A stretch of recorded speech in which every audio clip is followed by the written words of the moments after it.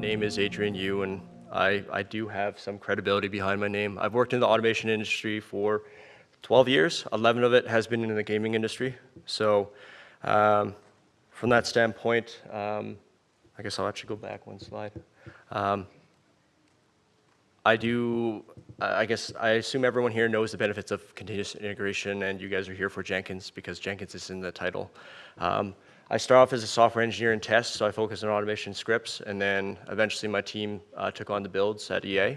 Now I'm currently an associate technical director for the development and release engineering team. So what is DERE? My team is a distributed community of embedded DevOps engineers focused on continuous integration and deployment automation. We're kind of a unique team within EA. We serve a lot of the game teams. And we're effectively the build engineers of EA. Now, what do we do? Well, our name's kind of not that obvious, but what we do is we set up automation for your usual continuous builds. For those that are smaller startups and stuff like that, the setup I'd recommend for new automation would be from left to right, just because that's easier. So continuous build, static analysis, then once you have those running, you set up your build verification tests. Then eventually you add metrics, performance metrics, build metrics. Then you start focusing on bug and crash reporting as your game gets more advanced and more mature. Then you write miscellaneous tools if you need to help with automating things throughout the process. And eventually you start doing custom reporting because your system's stable, the game is stable, your CI system is good. And then at the end of the day, our team owns the end-to-end CI, so we're able to improve the productivity of development teams by taking on that task that everyone here probably understands is kind of maybe a little tedious at times. But by having a dedicated engineer, which is not always the case, you're able to identify optimizations throughout the pipeline. And if you're lucky enough to do multiple iterations of a product or releases, you get better and better, and you start thinking of ideas by staying focused, not as a side job, but as a dedicated job. Now, as far as I'd like to provide a little context on the team. Our team first started in Vancouver, EA Sports. I've been in Vancouver for 11 years. Eventually, we did all the builds for all the sports games, and then over time, the past 10 years, everyone kind of heard of us within the company, and they started reaching out to our team, and then we eventually started, I guess, adopting and helping out other studios. So it's kind of a unique situation. We first started off as a team of 15 in Vancouver. We're now over 100 worldwide, just within the company, so it's kind of a unique situation. It's kind of a double-edged sword with this kind of expansion that we're lucky to have. By this, we were able to take over and inherit existing automation systems in different studios as EA acquired them, or at least they started reaching out to us. Through this, my team experienced rapid growth and some of the pain points, which was the technical debt that came with it. So a lot of these studios had custom CI solutions built around their game and their workflows. This is good for them, but also bad for sharing amongst all the different teams. So one of our strategies of our team was to actually adopt open source to help tackle this and help remove some of that technical debt. So that's why I'm up here. I'm trying to preach that adopting open source is okay for your CI system. It's probably the same thing to do, especially if you have to grow your team rapidly. I don't know about you, but games industry, we make games. We're not necessarily tech companies, so writing our own CI system, the people on my team made that mistake in the past, and we were finally able to deprecate that, and now the majority of our company is running Jenkins. To give you a little scale, we have 200 plus Jenkins masters, over 2,000 build nodes. So that's a lot to handle. I'll go over ways how we can handle that, throughout this presentation. If I were to ask any of you what the most important trait of automation is, most of you probably say speed, reliability, or flexibility. You're not wrong, but I think it's everything combined. Good reporting is a combination of reliability, speed, and flexibility. If you don't have good reporting, nobody knows any of that because they don't get the results. They don't understand the results. They don't see it. So you definitely need to focus on that. Once you have good reporting, you can use that to help manage expectations. So for those of you that are administering the build system, you'll probably have to defend the system, the reliability, and as new people come on the team, they're always questioning, that's an automation error, right? And that gets really tedious to answer time and time and again. So you want to have good reporting to help manage those expectations. Once you have that, you can now focus on scaling your automation responsibly because you can now see the stability of the system, people trust the results, and you spend less time talking about it and defending it, and everyone just sees the value of it. Since this is GDC, I decided to apply some reporting levels to what I'll be presenting a little later. So I kind of applied the World of Warcraft leveling system to it. So when you have basic dashboards, I kind of call it level 60. That was, when the game first came out for those that weren't around then. And then as you add log parsing and a little bit of, I guess if you want to do machine learning and stuff like that, you start to get a little bit more intelligent reporting, and that's when you really get up to level 85. And then ultimately when you start getting scalable reporting solutions, integrating BI tools or OI tools, I'll start going over that a little bit later. So first off, to start off with good reporting, I'm going to cover 4 different areas. One is the log levels. Another one is the default reporting features. And then ways to diversify the views that you have. And then also incorporating OI into your stack. So first off, to start with introducing log levels, you need to introduce log levels into your system because if you don't, your output's going to be really, really bad, and it's going to be really hard to read. It just it just compounds the noise problem of your system and any subsequent reporting or things that you want to do with it afterwards. So some of the things that you want to do is introduce the log levels. So for things like Log4net or Gradle or Maven, all those things have ways to toggle the log levels, so I'd definitely look into that. For things like Unity, I'm a little less Unity-centric for me, so perhaps there's ways to do that. Hopefully there are. If you do manage to reduce log noise, you can increase the performance of the system, and you can ultimately have longer history retention, which everyone seems to love. Because when you have automation, you run a lot of it, everyone wants to go back in history to make sure things are running properly. Now that does have drawbacks. The drawbacks include, you're increasing the complexity of your system by adding different logs, and usually, or sometimes in the rare cases actually, you don't have enough information. And then you're forced to actually incorporate toggles into your automation to then rerun it and output more information so that you can rerun it effectively. The second one of the things I recommend is leverage the default reporting features. For this talk, Jenkins, you should leverage it. So I'm going to start at the lowest level. So when I talk about configs, I think I use the Unity naming conventions here, but you master, release, debug, different code compile configurations. You want to have separate jobs for each one actually, and I'll go over that a little bit more. Then you start incorporating regions. For those of you that have multiple regions or SKUs, you want to add another layer on top of that, and then have those kind of chain the jobs underneath. And then, if you support multi-platform, well, this is just an example, but you then start adding projects or schedulers for that within Jenkins. So these jobs are nothing but shell jobs that trigger things and help summarize the results. And then at the end of the day, if you're doing multiple branches or streams, whatever source control system you use, you add one level for that, and then this kind of gives you the layer architecture for reporting that you'll be able to leverage later on. It also gives you vertical silos too, so if you want to look at the specific configurations, you still have the freedom to do so.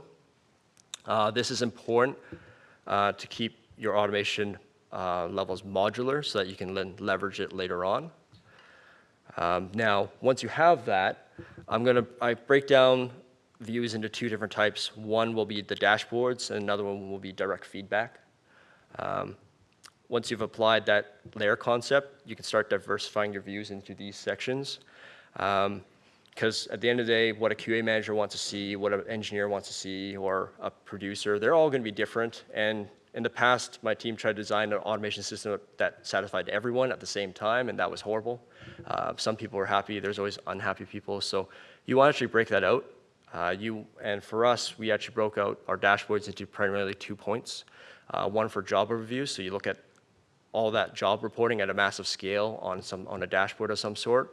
And then second of all, you want to add health monitoring to your system. As your system grows, you want to make sure that it's in a good shape and that it'll continue to run. Now for direct feedback for the engineers, for the content creators, for all that stuff, we basically set apart 3 different ways. Primary ways, Slack is one of them. Setting up dedicated Slack channels is useful. I'll go more into later.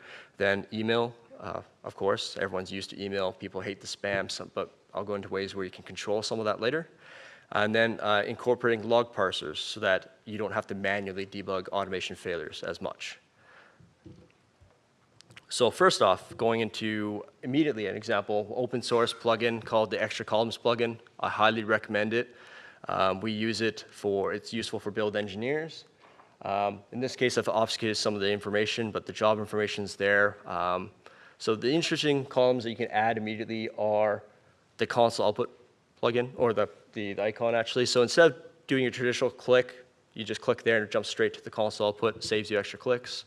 Then you have this neat little field that you can also expose and actually dynamically populate with your Groovy. And in this case, we use it to highlight a link to a network share with published builds or published artifacts. And then one that's really useful for build administrators is the slave allocations. So for those of you that do incremental builds and you want to hard allocate or dedicate machines to specific jobs, this is really useful because you know immediately which job is run on which machine if there's a problem. So it's really useful for administrator. Now the second one that is also open source is the build monitor plugin. So this is a lot of information, but it's good. So we use these actually on TVs all around the studio and people's desks. They can cycle through it. I use it with a combination of Chrome Revolver plugin or Chrome extension to revolve around different tabs. And for each tab, this is actually reporting off automation for one particular stream. So if you have a lot of streams, you set up one for each one. The text is highly configurable. In this case, you can see the job names are really bold. You can change the text size. The bright green is actually showing a build running. This is, of course, a screenshot. And at the bottom, you'll notice that there's actually failures, and it shows up red. Now, my team has modified this slightly, but we haven't committed the changes back to open source. So apologies so far, but we incorporated the ability to interpret the log parsing results, so to change the color for automation failure to be yellow, which isn't shown here, unfortunately. But at the bottom, the red, if you can't see, it actually shows that there's end unit test failures, and that actually gives you a reason. It also shows you who committed to that build, so you can actually shame people if you want to. So you don't have to be a build cop. The system can do it for you. Next, moving on, Jenkins Master Health. So monitoring Jenkins Master Health, no matter how many masters you have, is very, very important, and especially when you're adopting different plugins. We actually use 4 different methods. So I'm just going over the stack. So for Jenkins, the application, we use the monitoring plugin, which is open source. We also use the Splunk plugin. I'll go into some of these, or actually all of these in more detail later on. Then at a different level, on the operating system level, we use Zabbix. You can use anything else you'd like there. And then for the hypervisor level, we use VMware.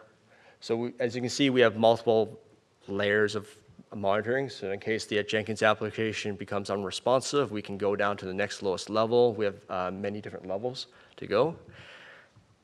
Now the first one, the monitoring plugin, this is actually my favorite screenshot. It's a section of it. Through this, you can actually see the RAM usage and the system usage, the CPU usage. There's 22 or more charts that you can actually look. I won't show you all the screenshots to save time, but it's really powerful. It takes all of like 5 seconds to install and configure. There's no extra work that you need to do, but it gives you a heap of information just for free, really. It uses the Java melody on the background, so or the underneath. You can actually trigger your heap dump. So in case of all you guys installing different Jenkins plugins and you're having problems running on memory, you can do heap dumps and trigger it and then analyze it after the fact if you'd like. We made a lot of mistakes in the past, so that was actually really useful as we started to adopt Jenkins 3-4 years ago. It helped us tremendously. Now at the OS level monitoring, this is just some screenshots of the Zabbix alerts that come up. So all these alerts are they're reactive, so they're just responding to actual events that happen. They're not ideal, but they're a good place to start. And And then, of course, you can also get performance metrics. In this case, it's a CPU utilization. So if the Jenkins monitoring plugin, which is rendered through Jenkins, is unavailable, you can fall back to something like Zabbix and the history and actually go through things that way to identify any performance impact.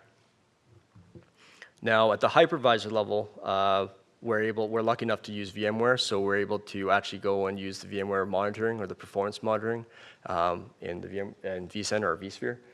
This is a screen grab of some of the information. Now, this information is really granular, which is good if you want really quick feedback, but each of the systems I show has different, we configure different log history retention, so the level of detail is smaller, it's a lot smaller than this one, so you can get real-time, really good feedback from this one. At the hypervisor level monitoring, you can actually look at individual CPU usage as well, for those that aren't aware, whereas Zabbix and the Jenkins monitoring plugin will look at the OS level, so it's aggregated CPU usage, so if you want more information, you can get it through the hypervisor. Now, moving on to the direct, the direct notifications, specifically Slack plugin. This is, of course, open source, common theme. So this is a use case. I think some of the talks earlier went about this for the live ops and stuff like that, but if you hook up specific deploy jobs in Jenkins and stuff like that, you can post to a Slack channel, and then people, the live ops team or QA or whatnot, can actually monitor it. So instead of having email all the time, you can use that and actually disable your emails for that. You can have both. It's all configurable, right? So I'd highly recommend it for those that use Slack to actually start doing this, and then that way you can start shrinking some of the emails noise that comes into your inbox. Creating multiple channels is also recommended. Now for the job summary plugin, this is the one of the few plugins we've actually written. This is actually derived from the email extension plugin, which I'll go over shortly. So in this one, it's a lot of information, but it's good information. A majority of our Jenkins don't actually use pipeline yet, so we were using build flow. And with build flow, we used a step, we were migrating from different CI systems in the past, and we liked the concept of steps or stages before pipeline existed. We already had it. The middle section, I think, well, actually, it has a link, so it's an optional view, so you install a plugin, it gives you an optional view in Jenkins. And then this middle section here, actually goes over, details all the steps underneath. So I showed you the layer architecture before. This is kind of grouping and distilling that in one place. And you can immediately see via the log parser, which I'll go over later, it highlights the failure and shows you what the failure is in that view. And then it also shows you the detected output or the errors. So, and it also shows you an icon on the side as well. So we started playing not really a blame game, but made it more obvious that it was a game error, so we put a joystick. So if it's game team and compile error or something like that, it'd appear right away, so people know if they're looking natively at Jenkins that it's a specific team's fault, really. Now, the log parser we chose to use the build failure analyzer plugin. There's a lot of different plugins out there that you can leverage that's open source that you can use. Oh, sorry, let me go back. This one's actually a popular one with us because of our scale. It was one of the few plugins that allowed us to use a GUI to actually edit it, and actually you can actually connect it to a MongoDB on the back end. And then therefore, when you're any Jenkins master, anybody can add a failure cause. It's regex based. It would then post to essential MongoDB, which we have multiple instances of in terms of to track the information. We did some modifications to this plugin to make it a little bit more optimized for our scale because we ran into scaling issues. It was probably the only plugin that ever caused us problems on Jenkins. We were running like 64 gigs of RAM on some of our Jenkins, and when you're log parsing and you have really ugly logs or a lot of it, it will chew up through a lot of RAM. So that's just a lesson for everyone to be aware of. But this is really useful in sharing it, and it's probably the biggest game changer of our plugin for Jenkins or any log parser really, because we went from debugging things manually to just using this and then just adding failure causes and then basically just manually tweaking it and training it with different regexes, and we're able to share this across the entire organization. Now, the email extension plugin, which I mentioned briefly, if you guys ever were lucky enough, I say lucky with most sarcastic terms, this is the default failure email that you get with Jenkins. It's all text-based and it has links, and I did a hello world, and I assume if you have a lot of output, it'd email you the entire contents of the output, which would be horrible for very large games. And then subsequently, when the failed build succeeds, you get this really, really useful email with a link. So it's not really ideal. So what we actually did was, in the email extension plugin, you can configure much better notifications for different culprits and stuff like that. We configure a lot of different rules. So I recommend that. And then I didn't mention before about the job summary plugin, but we actually use a Groovy script to generate the content. So the exact same Groovy script is used to generate the email content. So it looks exactly the same, well, a few caveats. But at the same time, one would ask, if you send emails to different culprits and stuff like that, do you have customized emails? Yes, we do, because it's Groovy-based. You can then just condition it to send out different chunks to different people and different audiences. This is just one example. Now, and then following that, the failure email is also just as useful, or I guess it's improved. It actually shows you the change list that went into the build that made it pass again, so you can actually verify without having to click anywhere else, which saves everyone time. And of course, this is only sent to the people that contributed to the build, so it's not going to be noisy for everyone. And then, yes, the change list, I've hidden the names for, to protect people. And then the part I get really excited about is the operational intelligence portion of this talk. And the pros and cons of it, the scalability of it. So the way we're able to report over 200 plus Jenkins masters, or at least a report across them, we had to incorporate something that's better. We didn't write anything ourselves. I'll show you a little bit later, but it enables you to debug the issues faster, because now you can search across multiple masters, all your job logs. You're not stuck opening tabs and tabs and tabs and scrolling. That's really bad. I did in the past. I learned from it. It gives you greater extensibility, because it gives you options to decouple the reporting stack from your actual automation system, so that you don't have to have people look at Jenkins if they don't have to. It enables you to do metrics-driven decisions in your CI system. And also definitely helps manage expectations, which ultimately gives everyone administering Jenkins a lot more time back, when you don't have to have those lengthy conversations with every person that doubts it. And then the cons, of course, are similar to the other ones. You have increased complexity and increased maintenance, because now you have another stack to maintain. But I think the pros far outweigh the cons in this situation. And I guess for those that that don't know what operational intelligence is, it's basically tools that help make sense of large sets of data. It aggregates log information and makes it searchable by indexing. Yeah. And then I'll go into how the reporting stack kind of changes because of it as you incorporate it. So you can see the familiar Zabbix and VMware layers. I went over the build failure analyzer plugin, and then it connects to a Mongo database. The Logstash plugin, which is also open source, we use that to actually inject information from Jenkins into ElasticSearch cluster that's on-prem for us. And then I mentioned earlier the Splunk plugin as well. So the Splunk plugin, I'll go into more detail later on. Elastic is free. It's free to use and open source. They have enterprise options just like Jenkins does as well. So we use it primarily because it's free. The Splunk, we have a limited license, so we use that as much as we can. I'll go into reasons why later. But we don't settle on one. And I think that's a key thing, is never to really settle on one if you don't have to. They have different benefits for each one. Now, while incorporating OI tools makes things easier, people often underestimate the effort to generate the reports afterwards, right? So it's very similar to safe programming. If you don't sort your data, you're going to have to load problems writing things that handle the data afterwards. So the layer architecture, all that stuff I went before, you need to add something to it. You need to actually define job naming conventions across all your Jenkins masters. I kind of settle on something like this. So depending on the complexity of your studio, we have different projects. We call them titles. You have different studios, your branches, platforms. Automation type in this case is going to be like a test or a build or a deploy. And then you have regions and configs. When you do that, some of it can seem very tedious, but it'll all make sense when you actually generate the reports later on in your systems.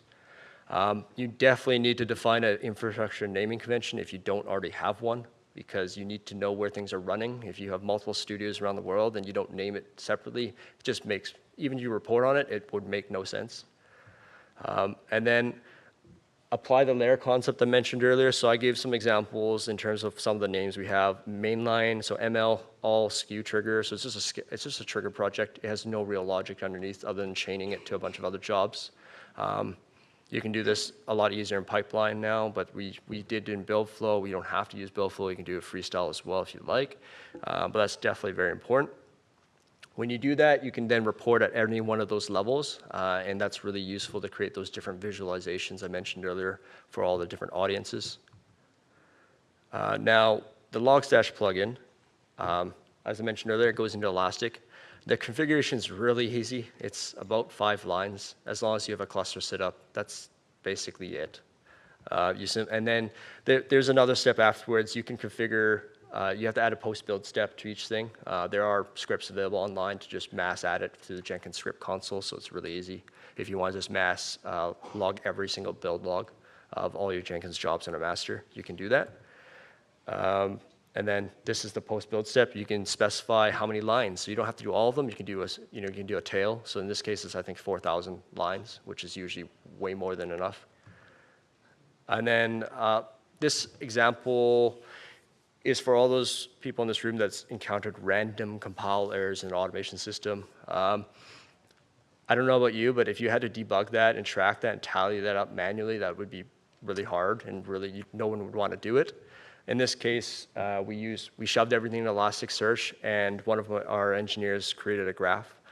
So the top graphs denote the frequency of the errors that happen off a particular search string.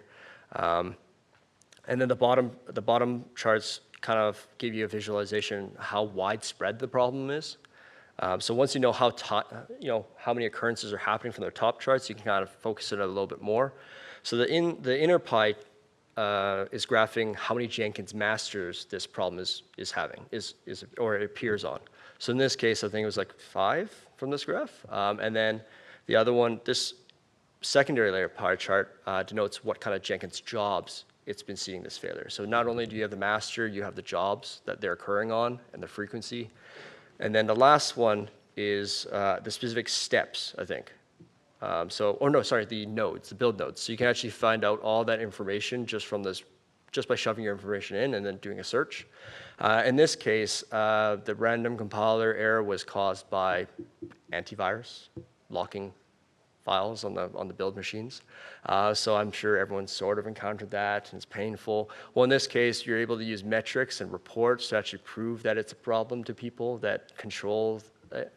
It's able to help identify which build nodes have maybe corrupt installations of antivirus that you have to go take out, or you have to go mitigate. So it makes it all possible without the OI tool or Elasticsearch. I don't know if anyone would be able to get this manually, or at least convince someone that it is a problem. Now, moving on to the Splunk plugin. I get really excited about this one because I use this one a lot. The Splunk team, I believe, actually uses Jenkins to build their product. So their team, if I remember correctly, actually authored the plugin for Jenkins itself, and as well as the app that visualizes the data from it. So in this case, the configuration of it is very similar to Logstash, except this one happens at a global level. So once you configure it, all your jobs send information in. It actually has a tighter integration to Jenkins, so it's not just log information. I'll go over that a little bit shortly. In the case, you install that Jenkins Splunk plugin, and it shoves information into Splunk, and then you install the app to visualize that data in your Splunk instance, and then you get this. So this is a build overview of multiple Jenkins masters. The screenshot's taken from the plugin page, so if you want to go see it, you can see it afterwards. I can't show you our stuff, but it's basically the same thing. But you're able to visualize jobs across multiple Jenkins masters. It would work for one. And here's another example of a pre-built chart that they provide. And this one is the Jenkins Health, so it's actually taking JVM information and then graphing it in Splunk as well. So this is your 4th method outside the other ones I mentioned. So there's a lot of redundancy in the system, but it's cool that way. It actually has the master log as well. So this case is a really short example, but you can actually search your Jenkins master log without having to SSH into it. If you have multiple Jenkins masters, well, you can search across all of them. So it's really cool that way. Saves a lot of time. And then lastly, it's kind of cool, but they actually built a way to interpret unit test results as well. So if you have standard JUnit or stuff like that, the plugin, it'll actually be able to consume the test report and graph it for you as well. Then all of this was just install the plugin, configure it, and install the Splunk app to visualize it, and it's all there. This is zero customization from my side. Really powerful stuff. And if you haven't noticed, the bottom left, that was kind of like as I go along, you're kind of leveling up your reporting. So that's kind of a little thing I did there.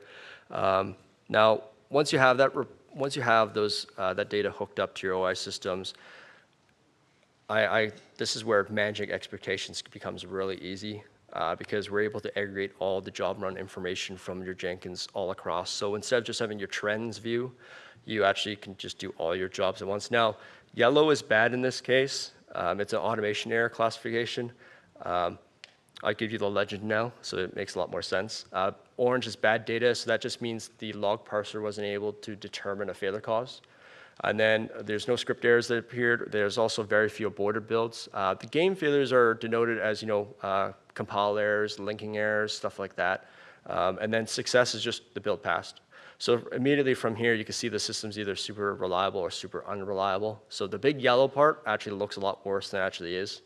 Because if I hover over it in Splunk, it's actually just one. So this was a weekend for a really small for the project, so nothing ran. Only one thing ran and it failed. So it looks really bad, but you're able to just hover over and tell right away that there's no reason to panic.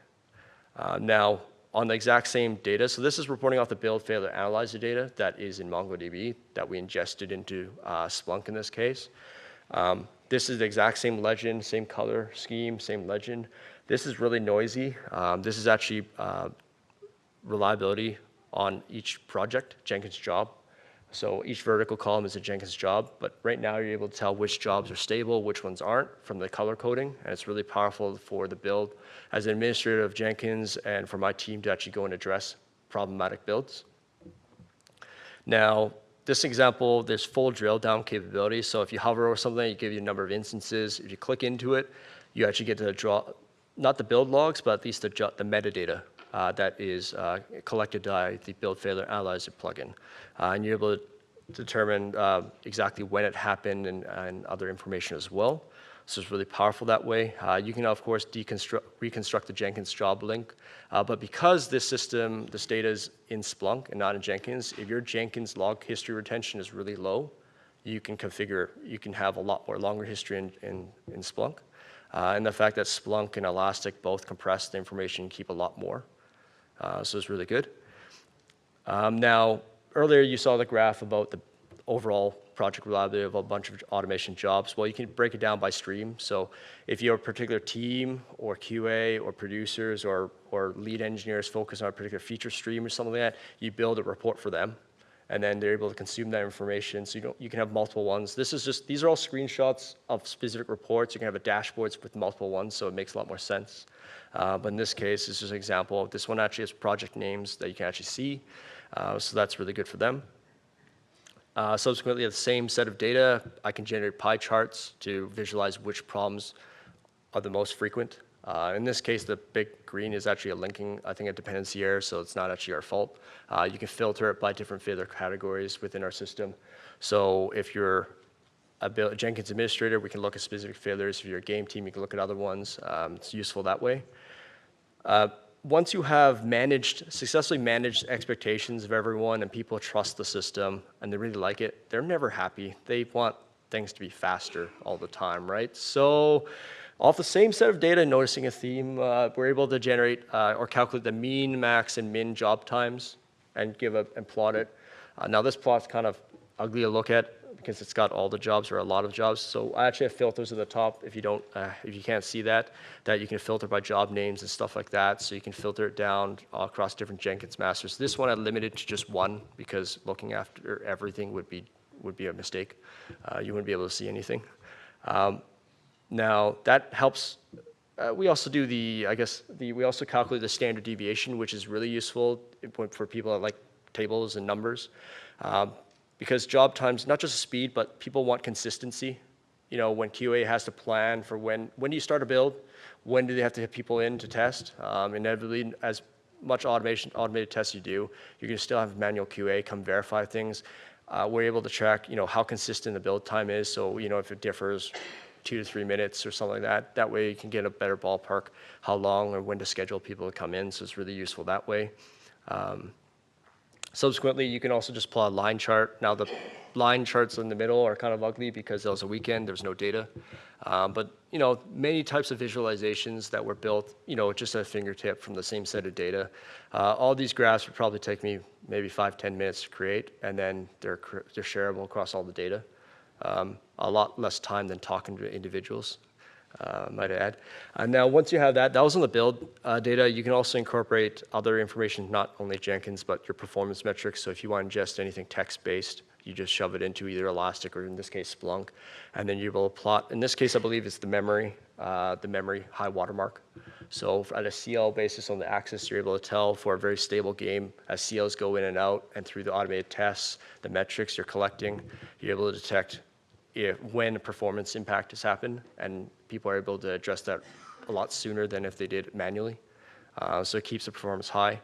I don't know if it's clear, but I mentioned Jenkins Console Log. So all the build output that the system creates can be indexed. Now, you want to be careful with that. I mentioned introducing log filters. There's a lot of data. But if you can imagine being able to search across all the Jenkins job results in one interface without having to open different tabs, there's a lot of power behind that.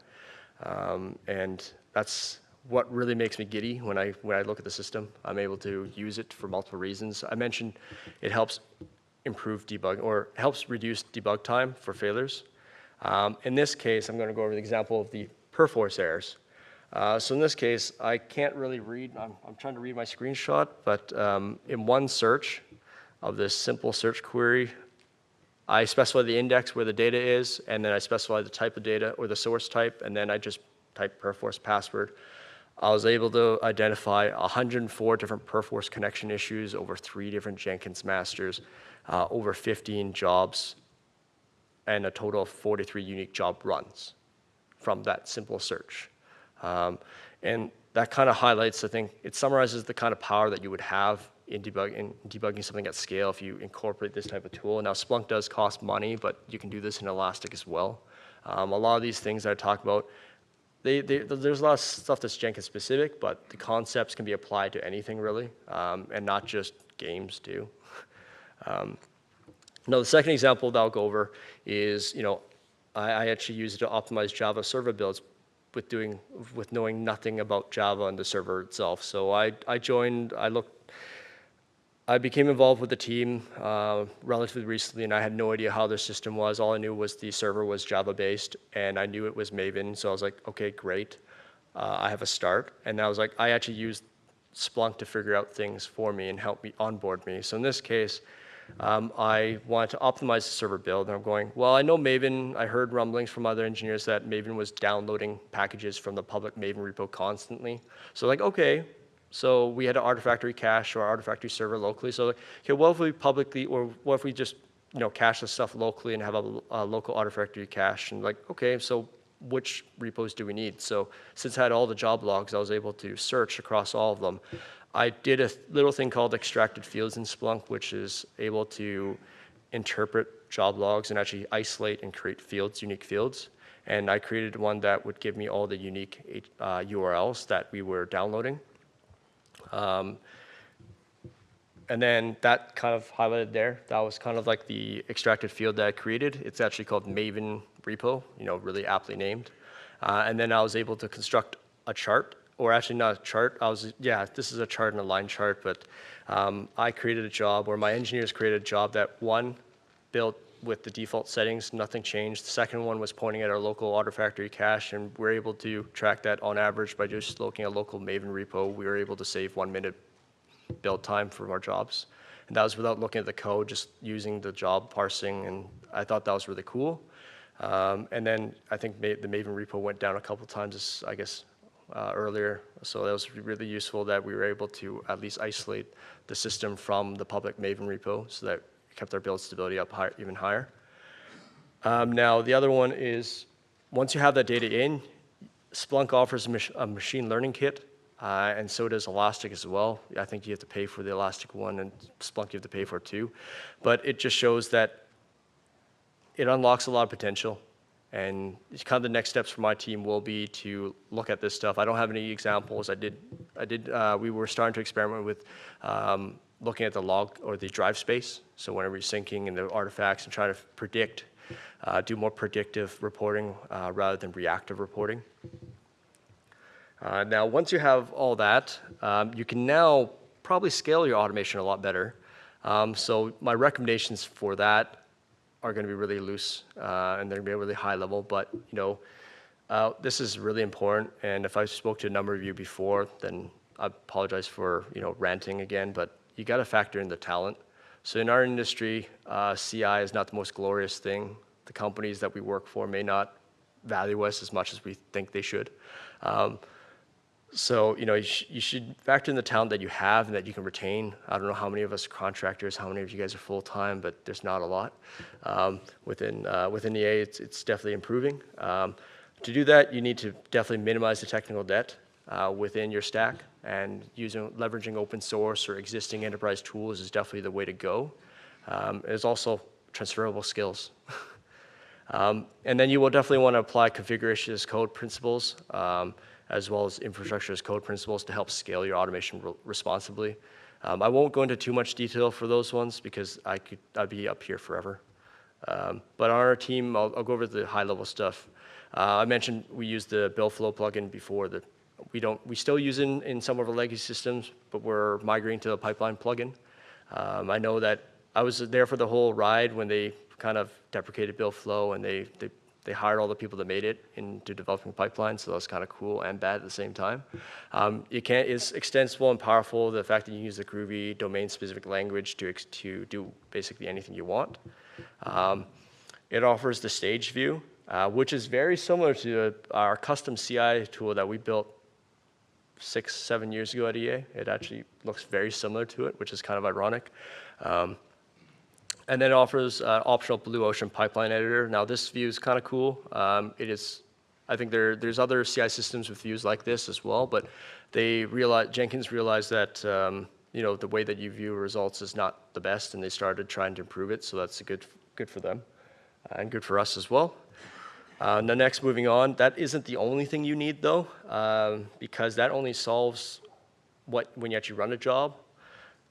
Well, what about job creation? Well, we use the job DSL plugin, so I'm not sure if any of you guys are familiar with that, but it enables dynamic job creation, and that's really good. And once again, it uses the Groovy DSL as well. So we're able to use the job DSL to populate our Jenkins master jobs, and then those Jenkins master jobs, when they're pipeline freestyle, we use that afterwards. So it's kind of a chicken and the egg thing. I know that there's many areas where you can do scripted or non-scripted in pipeline. You can put your properties in both, which is kind of confusing, but it's up to you guys and how you guys want to use it. I don't think we found the perfect mechanism within EA yet, because there's a lot of people with a lot of opinions, but it gives you a lot of options, and that's all good for what we do. This example is taken from the Jenkins wiki. It's an example of the job DSL plugin for those that aren't familiar with it. You point at a Git repo, and it will generate a unique job for every branch you have in it. And this is an example. This is cool. And if you guys are using Git, you can probably use this right off the bat. If you're using Perforce, I don't think they have something like this, or maybe they do. Maybe my team does. I don't know. I'll have to check on that one. But this is just an example of how powerful it can be, and it'll auto-scale your system. Now, once you have the ability to generate a lot of jobs, make them as complex, and manage them, using code, you're gonna need things to run it on, right? So for us, we're using VMware for our VM stack, and then we use Chef to help configure the software installations on it. And I'd highly recommend doing that. The Chef is used to configure our Zabbix configurations, so it can do a lot for you. It'll save you a lot of time. We do use JFrog Artifactory. We're not completely adopted it yet, but we're starting to, and that will help us with tracking our builds better than just using network shares and Jenkins itself. I would highly recommend you not using Jenkins to store your repository because it's just going to blow up and you'll regret it later, because we do. And then next, we're exploring with Kubernetes. We're using Kubernetes environments to build most of our server stuff right now for what can go on it, and then of course Docker containers. But there's one thing I'd like to mention is we are experimenting for AAA, like the ability to use containers for that, but the jury's kind of out on that in terms of if it will give us proper returns or not, because it adds a lot of complexity to the system. Not sure if the performance gains or the flexibility is worth it at the moment. In summary, your automation is only as good as your reporting. The speed and flexibility and reliability isn't the only thing. The earlier you invest in your reporting stack, the more you'll thank yourself later on. You never know when you're going to go big. You never know when your system's going to go wide. So as long as you have that flexible reporting stack and scalable, it'll just help you out in the long run. And also, it will help reduce your technical debt by doing that and leverage your open source as much as possible, or enterprise tools if your company has the money to do so. That's really, really important. And then, of course, once you have that, I'm sure everyone here has had to deal with engineers, so you have to manage the build system, use it to your advantage, manage the expectations, and then last but not least, I think, I said everything else was important, but this one's the most important, factor in the talent. So, if you have a big team, a small team, a permanent team, use those in deciding what kind of tech stack you want. What I said is one option of doing it. It's our constraints and what we live with. I understand that it's not perfect for everyone. So definitely you want to factor in the talent that you have, that you'll retain. If you want to stay in the job industry and stuff like that when you're making your decisions. Custom tools is good for certain cases, but it depends on the situation, right? So all the links I had for all the plugins are on the Pastebin link here, as well as some of the technologies I listed. So if you didn't have time to jot that down, you can just go to that link, and then there should be links for that. And that is it. So if you have any questions.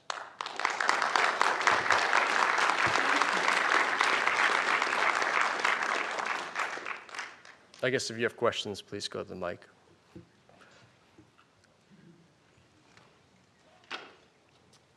Hi. You said you were monitoring memory, and that's something we often have problems with it, just tuning the Java heap, running out of memory. Are there any kind of tips you can give on keeping memory usage down? Don't use build flow. If you use build flow or anything like that, it does class loading, and the class loading will bump up all your memory. It doesn't always clean it up. I mentioned earlier we have 64 gigs of RAM on some of our masters. Not all of them have that. It depends on the scale, number of jobs you run concurrently. It really depends on the complexity of your jobs and how much you use it. So there's no master solution for it, but the monitoring plugin I definitely recommend you using, and you can try to get some information from that. If you use log parsing, it's not the perfect thing. It's a double-edged sword. It makes it really easy by using the build failure analyzer plugin or other log parsers, but you're using the Jenkins master to do it. I don't think I found a Jenkins plugin that will offload that to a node yet. Now that we're shoving more information to Splunk and Elastic, we are thinking about ways of just not using log parsing altogether inside Jenkins, just using the OI tool itself to do it because it's powerful enough. But we're not quite there yet. Okay, thank you. Hey, thanks for the great talk. That was very good, I found. Oh, thank you. And the question is that you said the Jenkins and the CI thing is not a glorious thing to do as an engineer. So I'm just wondering, what's the biggest motivation for you? Oh, that's a great question. So I say it's not the glorious thing, but I think that was more for everyone else, maybe not in this room. For us, I find passion in helping others. I've been doing this for 11 years, and I find value in doing it, and I take pride in it, and I take pride in having a stable system and for the end of the day, helping the engineers, enabling the game engineers to focus on the game itself, that brings a lot of value. It doesn't mean I can't contribute. I contribute ideas. I don't have to do it, so it's kind of the best of both worlds. We also don't pull as much. On our team, we actually don't pull very crazy hours at all. I think within EA, we have one of the highest retention, like internal retention. Like we don't have no turnover rate, really. It's really low. I mean, outside of the stuff that we can't control, like contractors and stuff like that, we try our best. The company is warming up and doing a really good job doing it. They recognize the value. But I mean, I think for everyone in this room, it's really valuable that we do what we do and to share with one another. And I think going open source definitely helps each other out because we can then share things like this. Right. Yeah. Yes. Thank you very much. Hey there. Thanks for the talk. So quickly, just two questions. I guess first, for mid-sized companies, we have enough trouble just convincing our clients just to at least use CI/CD in any capacity. But you didn't. I may have missed it. You may have talked a little bit about sort of your deployment best practices. And when we're working with our clients, we're already trying to convince them to use Jenkins. But what tips might you have for deploying sort of hundreds or tens of gigs of data to servers or wherever, I guess, for companies or clients that might not be comfortable deploying them to, say, Dropbox or Google Cloud or something like that?